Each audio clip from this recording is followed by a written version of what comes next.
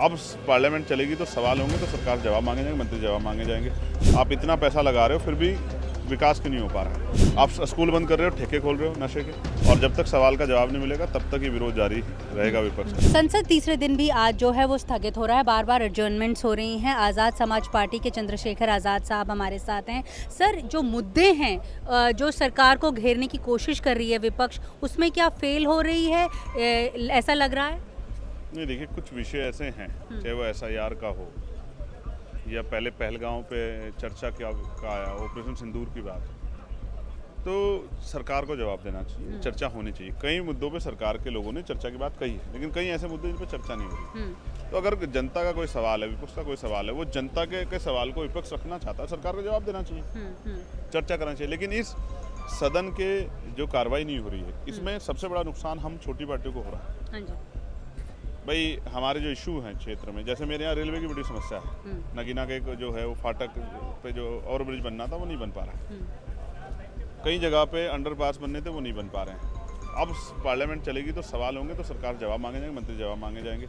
सड़कें टूटी पड़ी हैं, किसी गाँव में सब जगह सड़कें टूटी पड़ी हैं। कैसे बनाएं सड़कें इतनी? राज्य सरकार NDA की है, केंद्रीय सरकार NDA की है, तो करके दिखाएं ना। तो सवाल हैं, उनका जवाब देना पड़ेगा। आप इतना पैसा लगा रहे हो फिर भी विकास क्यों नहीं हो पा रहा? बिजली की समस्या है, बहुत कटौती अभी जो है, बाढ़ की समस्या हमारे यहाँ पे।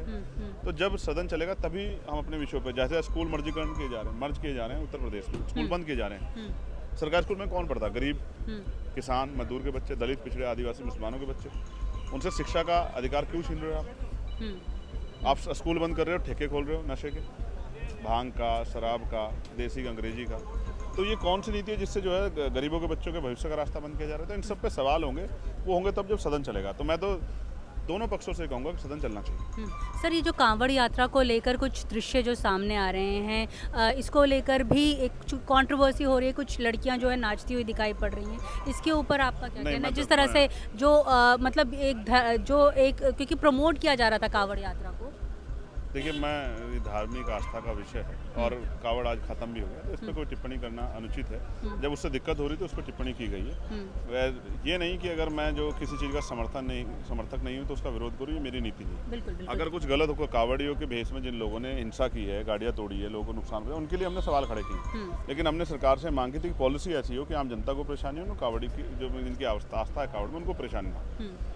धार्मिक विषय, आस्था का विषय, वो सबका अपना अपना है, कोई मानता है, कोई नहीं मानता। उस पर मैं समझता हूँ कि मेरा कोई मत नहीं है। मेरा मत सिर्फ इतना है कि धार्मिक आस्था हो लेकिन वैज्ञानिक दृष्टिकोण को पीछे ना रखा जाए। सर, ये जो स्पेशल इंटेंसिव रिवीजन एक्सरसाइज चल रही है बिहार में, उससे जैसे अब ये कहा जा रहा है कि आधार को उससे एक बेस नहीं बनाएंगे, तो इस पे आपकी पार्टी का क्या रुख है? देखिए, बिल्कुल पार्टी का रुख जो विपक्ष के साथ है, सवाल खड़े हुए हैं, उसका जवाब देना चाहिए। कई बार इलेक्शन कमीशन सवाल खड़े हुए हैं, और जब तक सवाल का जवाब नहीं मिलेगा तब तक ही विरोध जारी रहेगा विपक्ष का। तो मैं तो चाहता हूं कि सरकार पर चर्चा कराए और इलेक्शन कमीशन भी सभी पार्टियों को बुला के जो है बस अपनी स्थिति स्पष्ट करे। वोट का अधिकार बाबा साहब दिलाए, ये बहुत शक्तिशाली है। इस एक वोट से सरकारें बदलती हैं, तो एक वोट कीमती है, किसी की वोट का अधिकार नहीं छीनना चाहिए। सर, ये कई पॉलिटिकल पार्टीज ये भी कह रही हैं कि बैकडोर के थ्रू ये NRC लाया जा रहा है, खास करके वेस्ट बंगाल के संदर्भ में। नहीं, मैं कोई इस तरह की बात नहीं करूँगा जिसकी मुझे जानकारी नहीं हो। अगर ऐसा कुछ होगा तो अगर कोई गलत कार्य किया जाएगा सरकार द्वारा तो हम लोग उसका विरोध दर्ज करेंगे, बहुत सख्ती से कराएंगे। धन्यवाद।